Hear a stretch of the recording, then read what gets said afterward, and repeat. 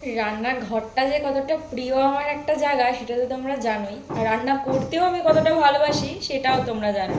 তো আজকে মোটামুটি একটা অনেক বড়সড় রান্নার সম্ভার নিয়ে বসেছি। মোটামুটি সমস্ত কিছু রেডি করেছি। এই যে কাতলা মাছ বাবা এনেছিল, এই কাতলা মাছটাকে সুন্দর করে ভেজে রেখেছি। এটা এই আলু দিয়ে আর ডাটা দিয়ে ঝোল হবে। আর হবে বাবার ফেভারিট নিম বেগুন। ইদানিংকালে বাবার ফেভারিট হয়ে উঠেছে নিম পাতা আর বেগুন, এটা যদিও আমারও খেতে খুব ভালো লাগে আর মারও খেতে ভালোই লাগে। আর হবে বাবার স্পেশাল লাউ। বাবা আবার লাউটার একটু স্পেশালিটি আছে, এমনি এমনি খেতে চায় না, সেটা আবার রান্না হবে। এই যে মাছের মাথা, ইলিশ মাছের মাথা আর চিংড়ি মাছের মাথা টাথা আছে সেটা দিয়ে। আর আমার জন্য রান্না হবে এই যে চিংড়ি মাছ, সেটা সুন্দর করে আমি ভেজে টেজে রেখে দিয়েছি। এটাকে একটু নতুন স্টাইলে রান্না করব। এই হবে আজকের রান্না। এটা এই মনে হলো, বলো তো কত কিছু নিয়ে বসেছি রান্না করতে।